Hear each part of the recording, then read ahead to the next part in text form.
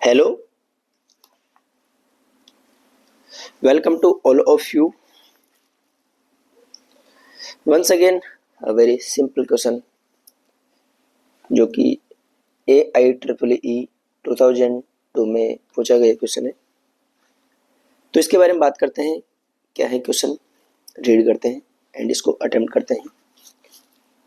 If two mirrors are kept at 60 degree to each other, then the number of images formed by them is।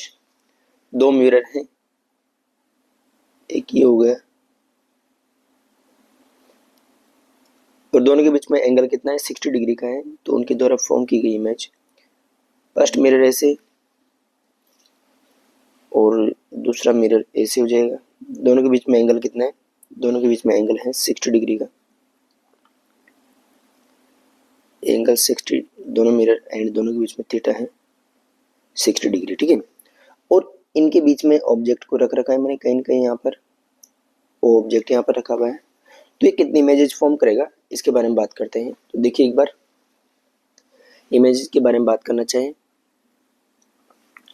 तो इसको M1 ले लेते हैं and ये वाला मिरर M2 है। तो देखिए एक बार दोनों के बीच में एंगल 60 है, तो ये वाला एंगल कितना हो गया, ये वाला एंगल 30 एंड ये वाला एंगल भी 30 हो जाएगा। तो यदि मैं बात करना चाहूँ इस ऑब्जेक्ट O की जो परपेंडिकुलर डिस्टेंस है, ये यहाँ से इस मिरर से ये वाली एंड इसके लिए परपेंडिकुलर डिस्टेंस ये वाली हो जाएगी।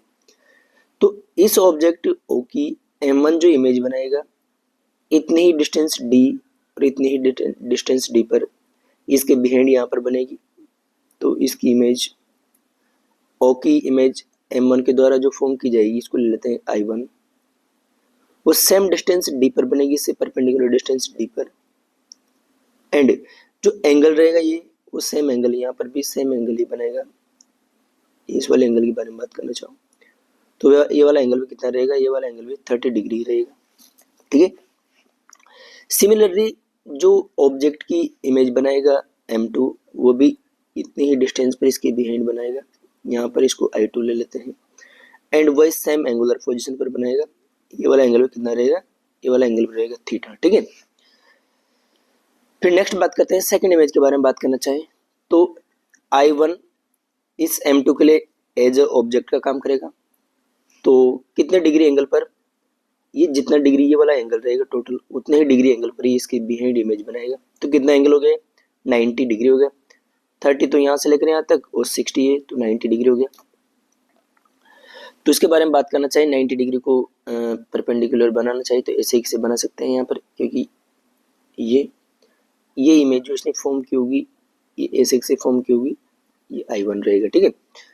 इसके जस्ट अब ये I1 इसकी इमेज रहेगी, ये I1 इसके M2 के लिए ऑब्जेक्ट का काम करेगा। तो ये ऐसे से जस्ट इधर क्या बनाएगा, ये इमेज बनाएगा जो क्या हो जाएगी, I2 डैश हो जाएगी, ठीक है।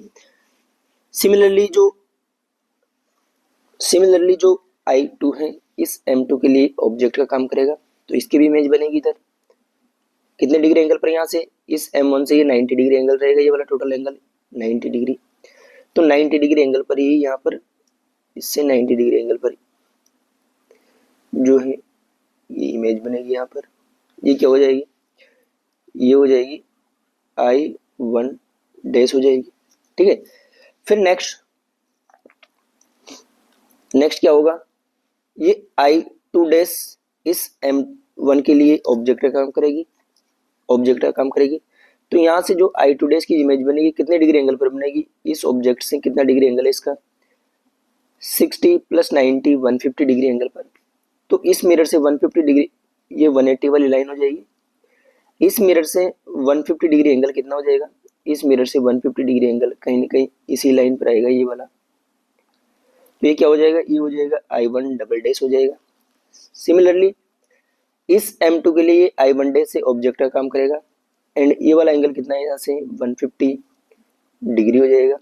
तो इससे जस्ट बिहाइंड 150 डिग्री पर कितना हो गया, यहाँ पर इसी लाइन पर इमेज बनेगी जो हो जाएगी कितनी, I2 डबल डैश हो जाएगी, तो कौन कौन सी मिरर कोइंसाइड कर रही है, कौन कौन सी इमेज कोइंसाइड कर रही है, I1 double dash and I2 double dash coincide कर रही है। तो कितनी इमेजेस को टोटल काउंट करना चाहें तो 1 2 3 4 एंड दोनों इमेजेस को एक सिंगल इमेज कंसिडर करेंगे तो 5 इमेज। तो कितनी इमेज बनेगी इसमें टोटल इमेजेस 5 हो जाएगी। ठीक है, तो बहुत ही सिंपल सा क्वेश्चन था।